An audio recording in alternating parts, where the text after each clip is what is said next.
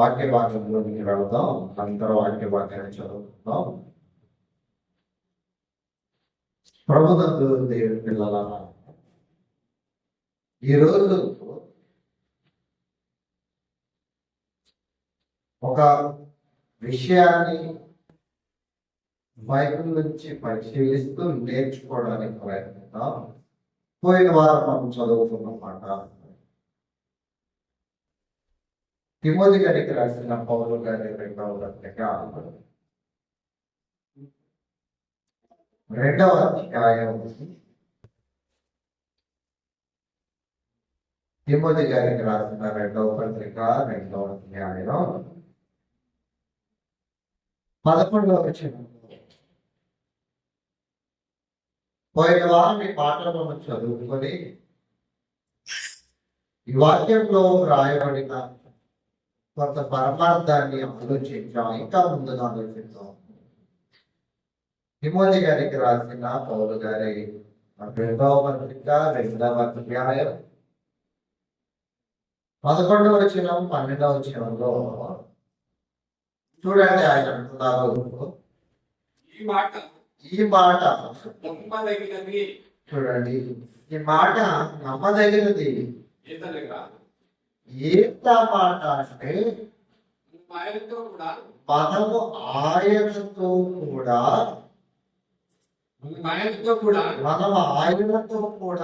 చనిపోయిన వారమైతే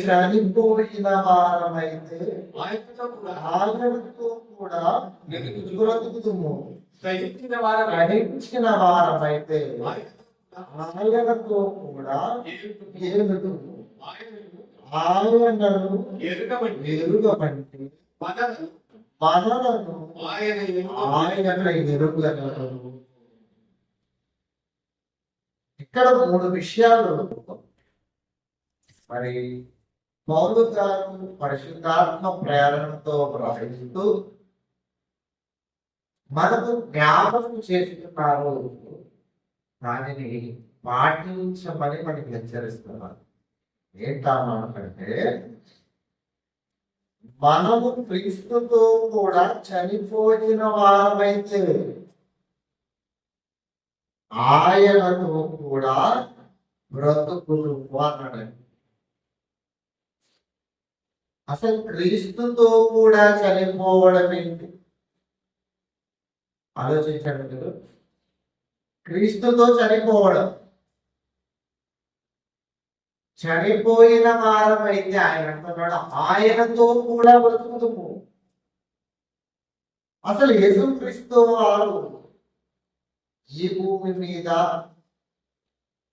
మనుషులందరి కొరకు 2000 సంవత్సరాల క్రితం జన్మించి మనుషుల పాపాల కొరకు విలువ పైన మరణించిన విధానం ప్రపంచ క్రైస్తవ్యం అందరికీ తెలుసు.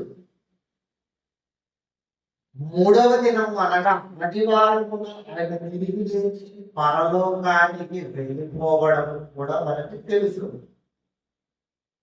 కానీ పౌలు గారు అంటున్నారు ఏంటంటే, మనము క్రీస్తుతో కూడా చనిపోయిన వారమైతే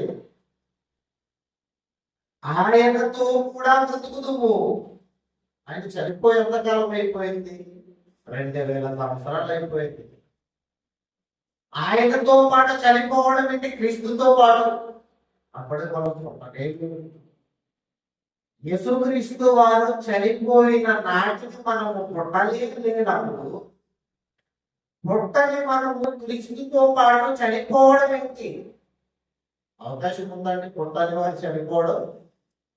పుట్టాలి, లోకంలో బ్రతకాలి, బ్రతికిన తర్వాత చనిపోవాలి. ఇది దేవుడు పెట్టిన నియమం. అని పౌలు గారు మీరు క్రీస్తుతో పాటు చనిపోయిన వారైతే అక్కడ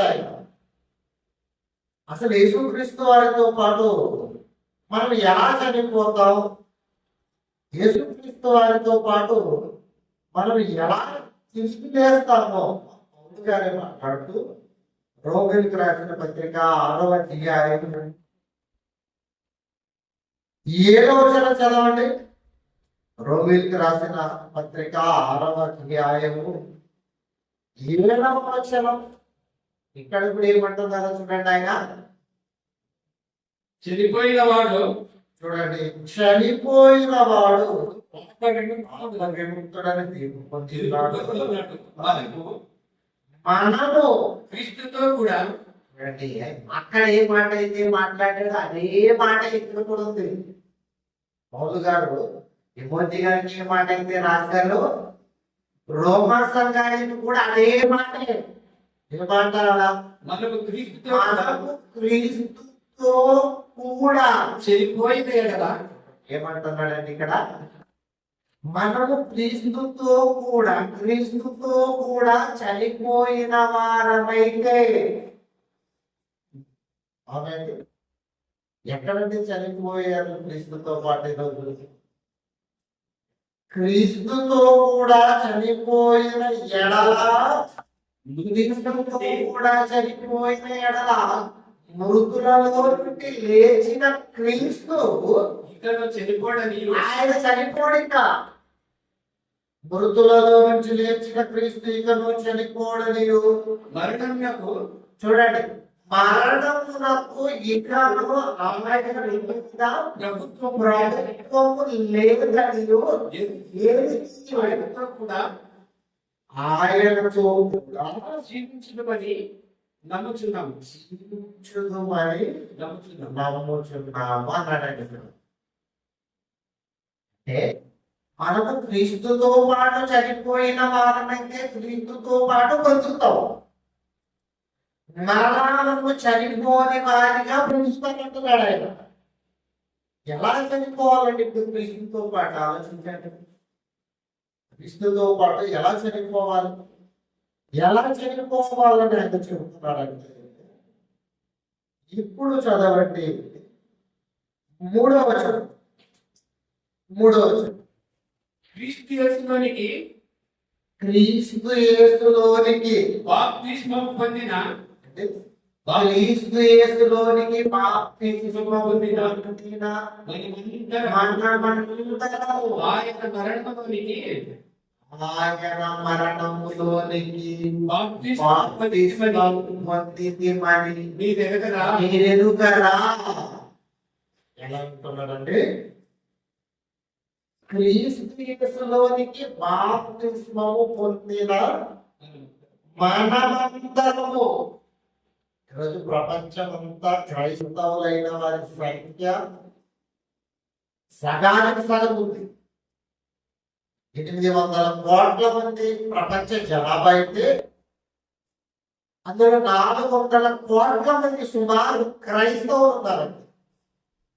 మరి ఆ 400 కోట్ల మంది ఎవరిని క్రైస్తవులని పిలువబడ్డారంటే ఏదో విధంగా బాప్తిసం పొందే ఉంటారు.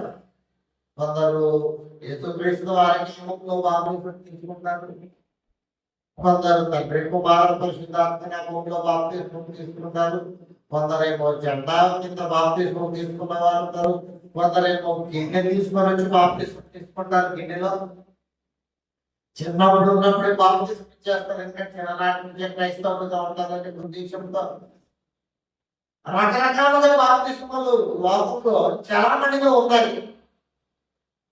రకరకాల ఒక డినామినేషన్కి తగినట్టుగా వారికి అనుకూలంగా బాప్తిస్మాలు అనేవి ప్రపంచంలో వారి యొక్క చర్చలలో, వారి యొక్క మందిరాలలో, వారి యొక్క సభలలో బాప్తిస్మాలు అనేది ఇస్తూ ఉంటారు. కానీ వారు ఎన్ని రకాలుగా బాప్తిస్మము పొందినా క్రీస్తుతో పాటు చనిపోయిన వారు కాదు. క్రీస్తుతో పాటు చనిపోయిన వారు కాదు వాడు. మరి ఎవరండి క్రీస్తుతో పాటు చనిపోయిన వారు అంటే? ఆయన అంటున్నాడు ఏంటంటే, క్రీస్తులో నుంచి బాప్తిస్మము పొందిన వారు. యేసుక్రీస్తు వారు చెప్పారు ఏమని? తండ్రి కుమార పరిశుద్ధాత్మ నామములోనికి బాప్తిస్మం ఇవ్వుడి. ఆ తండ్రి కుమార పరిశుద్ధాత్మ నామంలో బాప్తిస్మము పొంది క్రైస్తవులైన వారు ఇప్పుడు చదవండి. క్రీస్తు యేసులోనికి బాప్తిస్మము పొందిన మనమందరము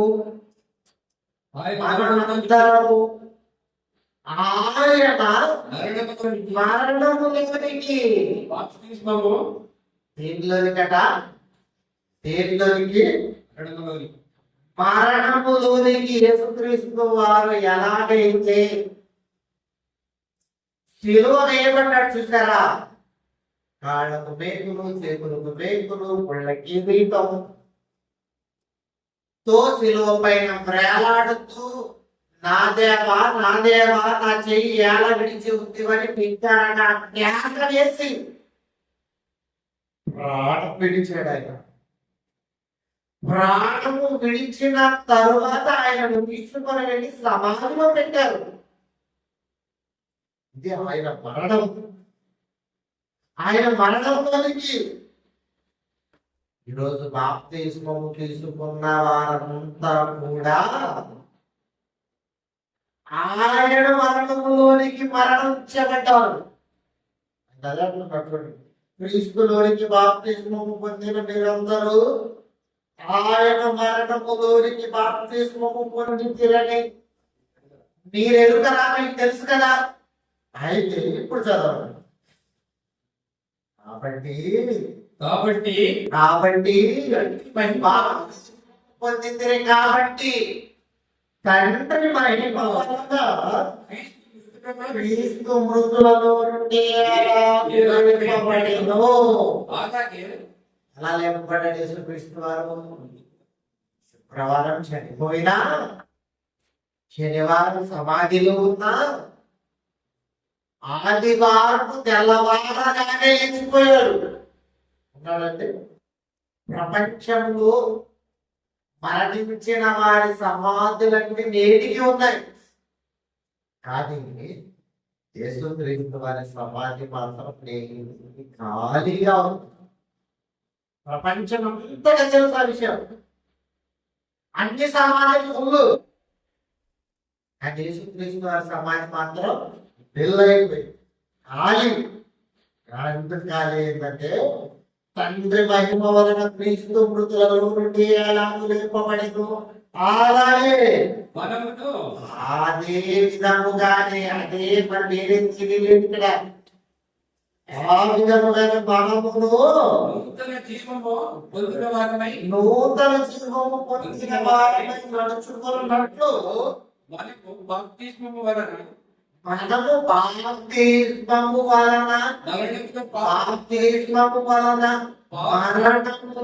పాల్గొనిన వారమైతిమి.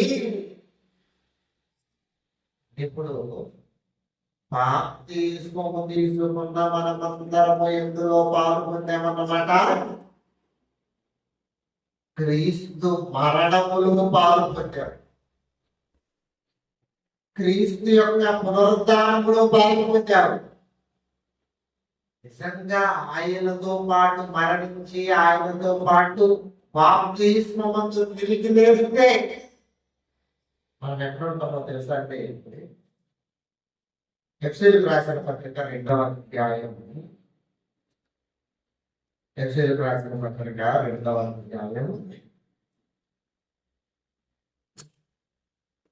ఎఫ్ఎసీయులకు రాసిన పత్రిక 2వ అధ్యాయం 7వ వచనం. ఎఫ్ఎసీయులకు రాసిన పత్రిక 2వ అధ్యాయం 7వ వచనం. క్రీస్తు యేసునందు క్రీస్తు యేసునందు మనలను క్రీస్తు యేసునందు మనలను ఆయనతో కూడా ఎవరితో అంటే ఆయనతో కూడా ఆయనతో కూడా పరలోకమందు పరలోకమందు ఆయనతో కూడా ఎక్కడ వస్తుంది? పరలోకమందు ఆయనతో కూడా కూర్చుండబెట్టెను. పరలోకమందు ఆయనతో కూడా, భూమి మీద కాదు. ఎక్కడ కూర్చుండబెట్టుకుంటున్నాడు? ఆయనతో. అంటే ఆ యేసుక్రీస్తు వారితో పరలోకము దగ్గరలో కూర్చుండబెట్టుకొని అంటున్నాడు కదా. ఆయన కూర్చోవాలంటే మనము ఆయనతో పాటు కూర్చోవాలంటే ఎలాంటి వాళ్ళని ఇవ్వాలంటే ప్రకటన 3వ అధ్యాయం 20వ వచనం చూడండి. ప్రకటన 3:20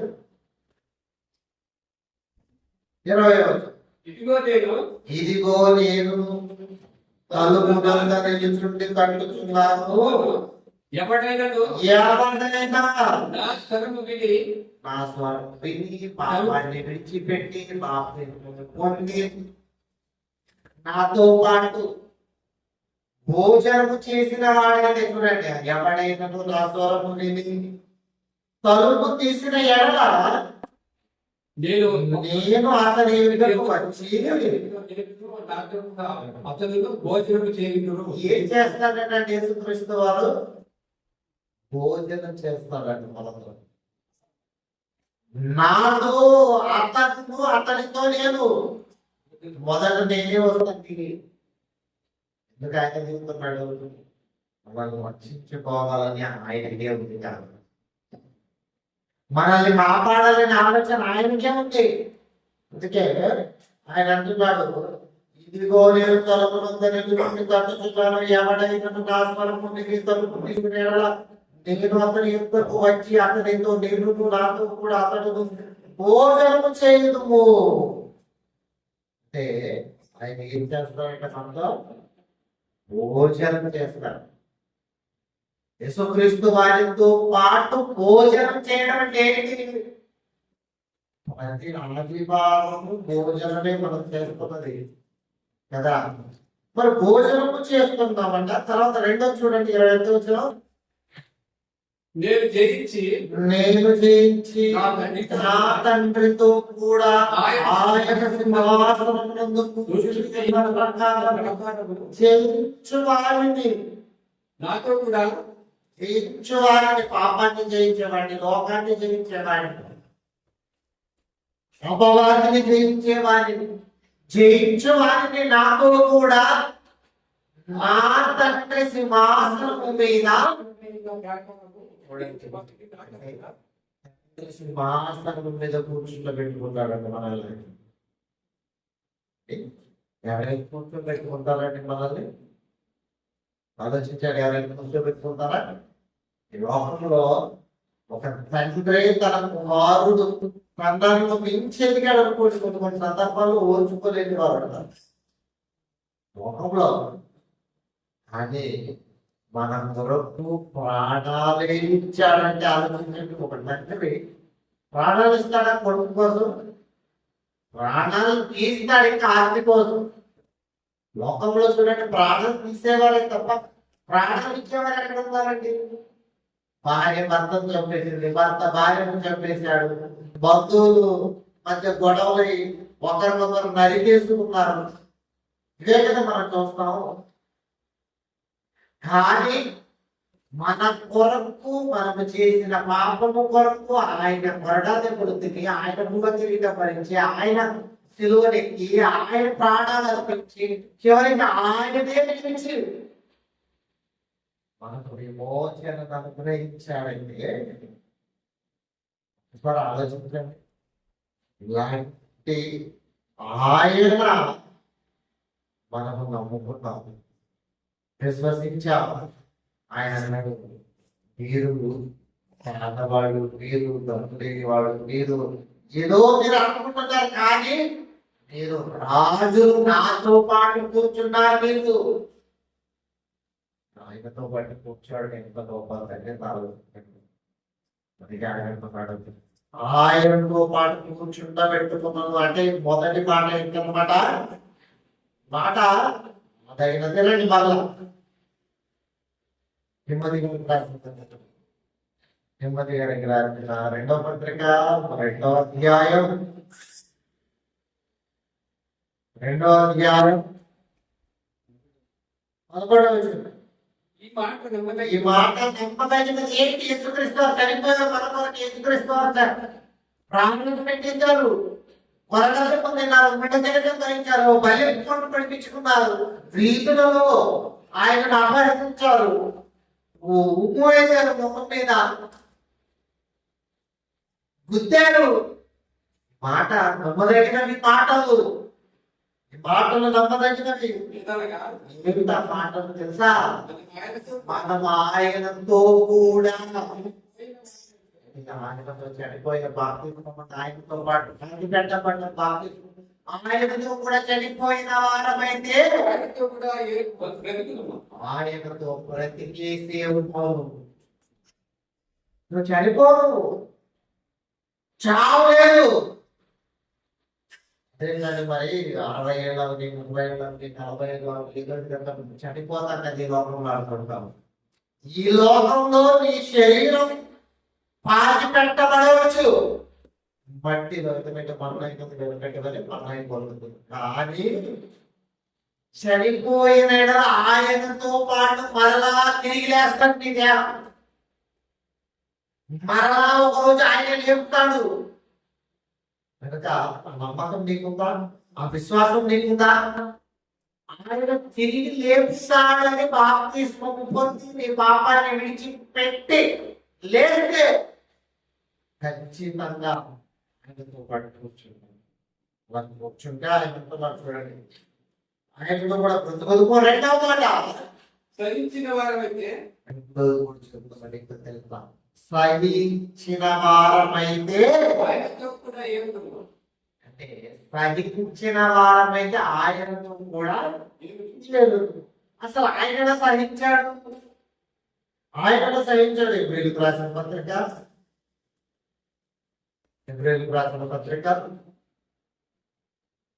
5వ అధ్యాయం, ఏప్రిల్కి రాసిన పత్రిక 5వ అధ్యాయం 7వ వచనం. ఏప్రిల్కి రాసిన పత్రిక 5వ అధ్యాయం 7వ వచనం. శరీరధారి దినములలో మహారోదన కన్నీళ్లతో, తన్ను మరణం నుండి అంటే ఎలాంటి బాధలు ఉన్నాయనడానికి, శరీరధారి దినములలో మహారోదనమును కన్నీళ్లతోను తను మరణం నుండి రక్షింపగల వారికి ప్రార్థనలు యాగములు సమర్పించి భయభక్తులు కలిగి ఉన్నందున ఆయన అంగీకరింపబడెను. ఆయన కుమార్తెయుండియు తాను పొందిన శ్రమల వలన ఏగట నేర్చుకొనెను. అంటే అప్పుడప్పుడు తండ్రి కుమారుని కొడుతూ ఉంటాడు. ఎందుకంటే కొట్టావని అడిగాడు తండ్రిని. ఎందుకంటే నేను కొడుకు కొట్టావంటే వాడు బాగుపడాలని కొట్టానని అన్నాడు. ఒక టీచర్ ఎందుకంటే స్టూడెంట్ కొడుతున్నామంటే, నేను కొట్టకపోతే నా భయం ఉండదు, నా భయం కొట్టి చదువుకోవడం తల్లిదండ్రులని, టీచర్ గురువు. ఏ విధంగా యేసుక్రీస్తు వారు శరీరధారి అన్న దినాలు 33.5 సంవత్సరాలు శరీరాన్ని ధరించుకున్నాడు కదా. అలా పుట్టాడో లేదో ఇలా వెళ్ళిపోయాడు చెప్పడానికి. అలాంటి సందర్భంలో గాడిద మీద కూర్చోబెట్టుకొని ఐగుప్తు దేశానికి ప్రయాణం అంటే ఆలోచించండి. ఈరోజు కారులోనే ప్రయాణం చేయలేదు మనకి. ఏమంటారు కారులో ప్రయాణం చేస్తామంటే, నువ్వు 2 నెలల వరకు ఏకడికి వెళ్ళకూడదు అంటారు. చెప్తాము. కానీ ఐగుప్తు దేశానికి ప్రయాణం చెప్పిన పసిపిల్లవాడిని ఎత్తుకొని రోదన కథ చేసేది. ఆయనకి రోదన అనుభవిస్తూ, బాధలు అనుభవిస్తూ 33 సంవత్సరాలు పాపమే చేయక విధేయతగా ఉంటూ తాను పొందిన శ్రమలను వలన ఏం నేర్చుకున్నాడంటే ఆయన తాను పొందిన శ్రమల వలన విధేయత నేర్చుకునేవాడు. ఇప్పుడు ఆయనను కలిగిన వారమైన మనము, యేసుక్రీస్తు వారిని కలిగిన వారమైన మనము, మనకు శ్రమలు, మనకు ఇబ్బందులు, మనకు కష్టాలు వస్తాయని యేసుక్రీస్తు వారి మత్తయి సువార్త 5వ అధ్యాయం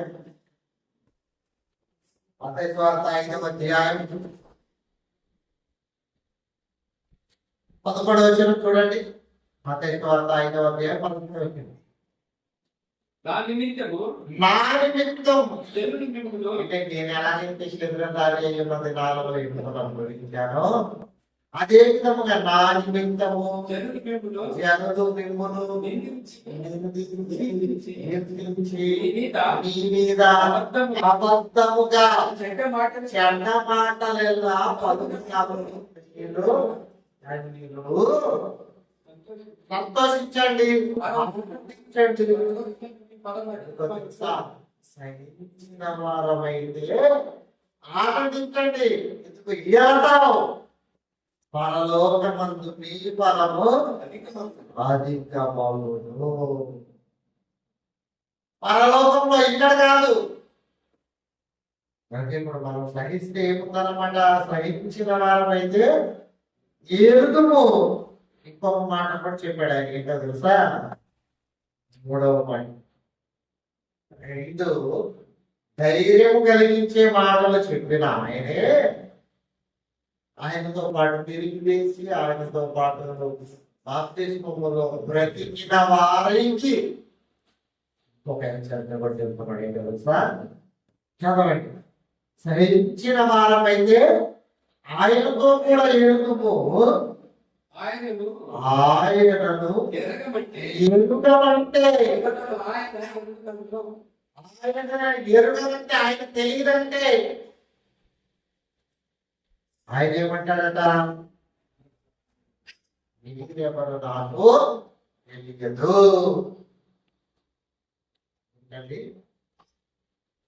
ఆయనతో పాటు తిరిగి చేశాడు కదా, ఆయనతో పాటు ఎరుగుతున్న వాళ్ళు ఆయన తెలియదంటారా?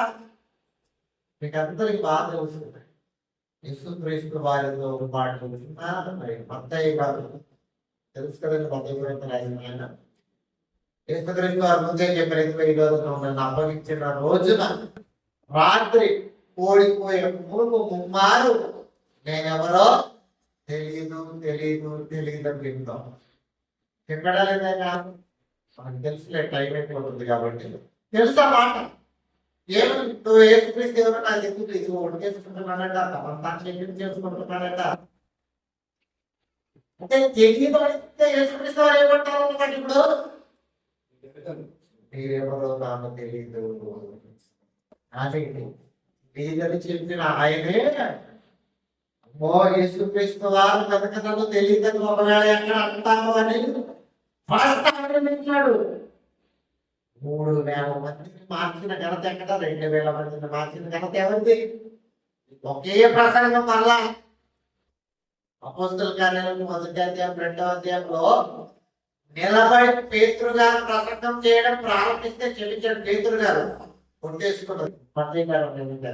పేతురు గారు ప్రసంగం చేయడం ప్రారంభిస్తే 3,000 మంది, 2,000 మంది, 5,000 మంది, లెక్కలేనంత మంది. ఈ విధంగా ఆయనే పడిపోయి ఎక్కడ తెలియదంటే మళ్ళా ఆయన తెలియదనిస్తాడు. ఈరోజు మనం కూడా ఏమన్నా తెలుసో చివరి మాట మత్తయి సువార్త 10వ అధ్యాయం 32 రండి. మత్తయి సువార్త 10వ అధ్యాయం 32వ వచనం చూడండి. ఏం మాట్లాడుతున్నారు యేసుక్రీస్తు వారు? మనుషుల ఎదుట మనుషుల ఎదుట, దేవుని ఎదుట కాదు, దేవుని దగ్గర ఒప్పుకుంటా అని ఆయన అంటున్నాడు. మనుషుల ఎదుట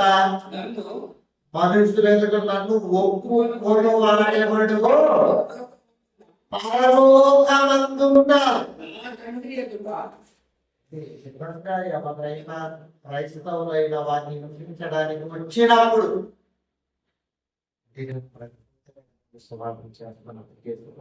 తెలియదని చెబుతూ ఉంటారు కొంత సందర్భాలు. యేసుక్రీస్తు వారు ఎవరు నాకు తెలియదండి, నేను అనుకోలేదండి అని మాట్లాడతారు. కానీ నిజంగా యేసుక్రీస్తు వారిని నమ్మినందుకే హింసలు వస్తున్నాయన్నప్పుడు ఆయన సంతోషించమన్నాడు కదా. కానీ తెలియదండి అంటారు. మరికొందరు ఉంటారు. ఎలా తెలుసా? చాలా మంది నేను చూశాను. మరి వైజాగ్ చర్చలో ఉన్నప్పుడు మరి స్టీల్ ప్లాంట్ మీకు అందరికి తెలుసు కదా, మన జిందాల్ ఎలాంటిదో ఎక్కడ అలాంటిది స్టీల్ ప్లాంట్ అక్కడ ఐరన్ ఓర్ అనేది తయారవుతూ ఉంది. అందులో మన చర్చిలో ఉన్న కొందరికి జాబ్స్ వచ్చాయి. ఏ కోటాలో? ఐదవ కోటాలో వచ్చాయి. ఇప్పుడు తర్వాతే కానీ వాళ్ళ ఇంటిలో యేసుక్రీస్తు వారికి సంబంధించిన ఫోటో పెట్టుకున్నారు. ఫోటో పెట్టుకున్నప్పుడు ఏం జరిగిందో తెలుసా? ఇన్స్పెక్షన్ వచ్చారు. నిజంగా క్రైస్తవులా లేదా నిజంగా హిందువుల పేరట డబ్బులు సంపాదించుకోవడానికి ఉద్యోగాలలో నీకు వచ్చి నీకు మోసం చేస్తున్నారా అంటే ఇంక్వైరీకి వచ్చారు. అప్పుడు వాళ్ళు ఏం చేశారో తెలుసా, నాకు తెలిసిన సందర్భం యేసుక్రీస్తు ఆయన సంబంధించిన ఆనవాళ్ళని తీసేశారు. చేసి అక్కడ వాళ్ళు చాలా చక్కగా ఎంత తెలివిగా ప్రదర్శించారంటే మళ్ళా సంబంధించిన ఫోటోలు కూడా పెట్టకుండా రాజ్యాంగాన్ని రాసిన అంబేద్కర్ గారి ఫోటో పెట్టుకుంటారు. అంటే ఏమనుకోవాలి అక్కడ మనము యేసుక్రీస్తు వారిని ఒప్పుకోకుండా యేసుక్రీస్తు వారిని నిరాకరించినట్టు ఆలోచించేట్టు ఈ లోకంలో సంపద కోసం ఏం చేస్తారన్నమాట. వాళ్ళు అక్కడ ఒప్పుకోలేకపోయారు, తప్పుకున్నారు. ఏంటంటే మనుషుల ఎదుట నన్ను ఒప్పుకొని వాడెవడు పరలోకములో తండ్రి ఉన్నాడు, ఆ తండ్రి పక్కన నేనున్నాను, నాతో పాటు దేవదూతలు ఉన్నారు. పరలోకమందున్న నా తండ్రి ఎదుట ఒప్పుకుంటాను. ఇతడు నన్ను అనుసరించిన క్రైస్తవుడు, నాతో పాటు తిరిగి లేచిన వాడు, నాతో పాటు సహించిన వాడు అన్ని ఒప్పుకుంటాను. మనుషుల ఎదుట ఎవడు నన్ను నాతో పాటు పెట్టబడ్డాడు కదా, బాప్తిస్మం ముందు నాతో పాటు సమాధి చేయబడ్డాడు కదా, నాతో పాటు తిరిగి లేచాడు కదా, నాతో పాటు కూర్చున్నాడు కదా. లోకములో ఉంటే ధర్మము కోసము ఈ లోకంలో ఉంటే, పేరు కోసము ఈ లోకంలో ఉంటే, ఉద్యోగం కోసం ఈ లోకంలో ఉంటే, అనేకమైన వాటి కోసం నన్ను వస్తాను కదా. నేనేం చేస్తాను తెలుసా, ఈ లోకంలో ఒప్పుకో నన్నుకో, ఆ లోకంలో అదే చూడండి. మనుషుల ఎదుట ఎవడు నన్ను ఎరుగలను వారికి పరలోకమందున్న నా తండ్రి ఎదుట నేను అతడి ఎవరో తెలియదు. ఆయన ముందే చెప్పాడు అంటే అర్థం అవ్వలేదంటే, మనుషుల ఎదుట ఒప్పుకుంటే నేను ఒప్పుకుంటాను. అక్కడ స్వార్థం వెళ్ళిపోయాను, స్వార్థం వెళ్ళలేదు. క్రైస్తవుడైతే బాధలు, క్రైస్తవుడైతే ఇబ్బందులు, క్రైస్తవుడైతే కష్టాలు. అలాంటి సందర్భాలలో కూడా క్రైస్తవ్యాన్ని విడిచిపెట్టలేదు. ప్రారంభంలో ఒప్పుకున్నాడు. పౌలు గారి దగ్గరికి వచ్చాడు, నువ్వు క్రైస్తవుడని చెప్పుకున్నావా, నేనేం చేస్తానో తెలుసా, చెరసాలు వేయడమే కాదు కొడతావు. విడిచిపెట్టాడు ఆయన. ఏమన్నాడు ఆయన, నేను క్రీస్తు యేసు యొక్క ఖైదీనని చెప్తున్నాడు. మనలో క్రైస్తవులు క్రీస్తు ఖైదీలు ఉండరు, ఖైదీలు ఉంటారు. దొంగలు తీసో, అబద్ధాలు మోసాలు తీసో, హత్యలు చేసి క్రైస్తవులు చేరుకునేరా ఎంతో మంది ఉన్నారు, చాలా మంది. కానీ యేసుక్రీస్తు వారు నన్ను ఒప్పుకుంటేనే, క్రీస్తు కొరకు ఒప్పుకుంటేనే ప్రాణాలు పోతాయన్న స్పీకర్ ఉంటాడు. చంపుతున్నారని యేసుక్రీస్తు వారు ఒప్పుకున్నందుకే విడిచిపెట్టాడా, ప్రార్థన చేస్తున్నాడు. మనమైతే దింపే అంటే అంటాం, ఎంత పెళ్ళను ఆయన చెప్పాడు. క్రీస్తుతో పాటు చనిపోయిన వారమైతే ఆయనతో భోజనం చేసి ఆయనతో కూర్చొని ఉండి ఆయన ఉండే లోకంలో ఆయన ఇదిగో నాకు శ్రమలు, బాధలు, ఇబ్బందులు, కష్టాలు, కన్నీరు అనుభవించాడు. అందుకే నాకు ఇతడు నన్ను నమ్మి విశ్వసించి క్రైస్తవుడైన కూడా లోకాశల కోసం దేవాల లోకం వెంట వెళ్ళిపోయాడు. ఇతడు నా శిష్యుడు నాడు. జీవిత కాలంలో క్రీస్తు కొరకు ఒప్పుకునే వారిగా ఉండాలి తప్ప లోకము తప్పుకునే వారిగా, క్రీస్తుని విడిచిపెట్టే వారిగా ఏ విధము చేతకుడు చేస్తారు. మీరందరూ అలా మనం మారాలని తెలియజేస్తూ చివరిగా మాటను చదువుకొని ముగించుకుందాం. తిమోతికి రాసిన రెండవ పత్రిక 2వ అధ్యాయం 11వ వచనం. ఈ మాట నమ్మదగినది. ఏమిటి ఆ మాట అంటే, మనం ఆయనతో కూడా చనిపోయిన వారమైతే ఆయనతో కూడా బ్రతుకుదుము, సహించిన వారమైతే ఆయనతో కూడా ఎరుగుదుము.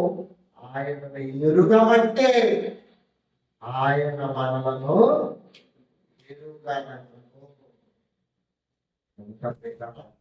ఆయనతో పాటు తిరిగి లేచిన మనం ఆయన పనిలో, స్వార్థ పనిలో వెళుతూ ఆయనను ఒప్పుకుంటూ అనేకస్తూ క్రైస్తవులుగా, క్రీస్తును నమ్మిన వారిగా అనేకులు క్రీస్తు నామాన్ని ఒప్పింపజేసి మార్చేవాడిని మనం నామాలను తెలియజేస్తూ ప్రార్థన చేసుకున్నాం. తల వంచండి. మహాపరిశుద్ధుడా, తండ్రి,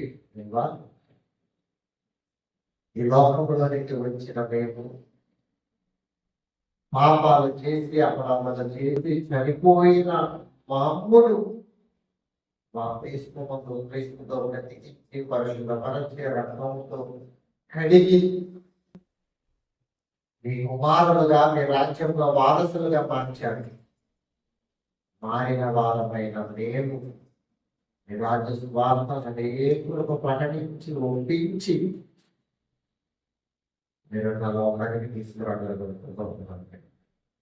మరియు జరగదైన కార్యక్రమంలో తోడుగా ఉండి నడిపిస్తారని నమ్ముతూ మీ కుమారుడు మా రక్షకుడైన క్రీస్తు వారి పేరుకి ప్రార్థన అడిగి పెట్టుకున్నాను తండ్రి. ఆమేన్. అందరికీ చక్కగా మీకు అందరం తీసుకుంటూ మరి వాక్య భాగాన్ని కీర్తన గ్రంథం అందరు లేచి నిలబడని ఇప్పటి వరకు కూర్చున్నాం కదా. కీర్తనల గ్రంథం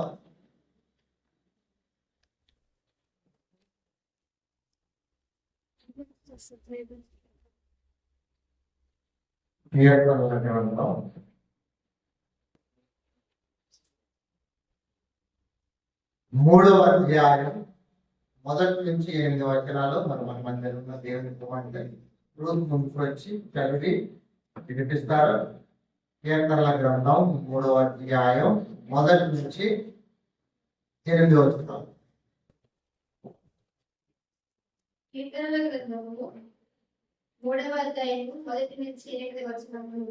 కీర్తనల గ్రంథము 3వ అధ్యాయం 1 నుంచి 8 వచనములు. యెహోవా నన్ను బాధించువారు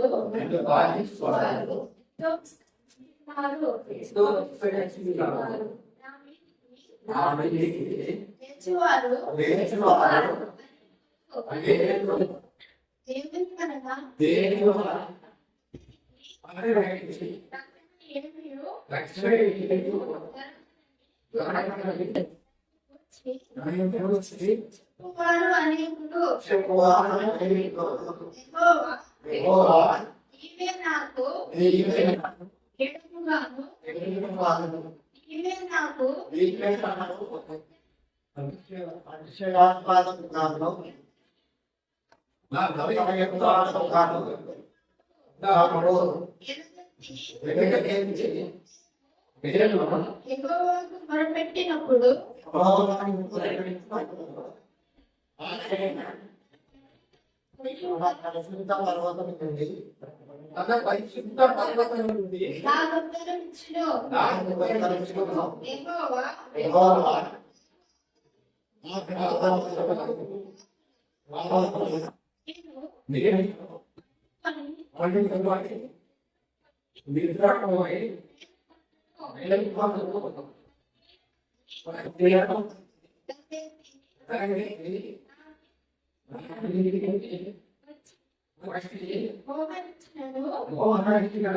నేను భయపడదు.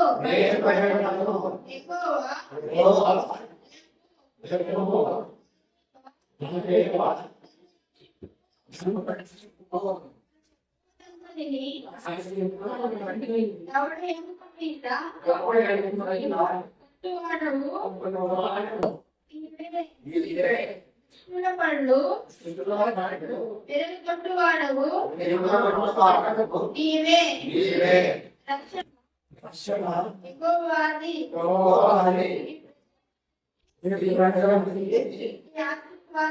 నీ ఆశీర్వాదము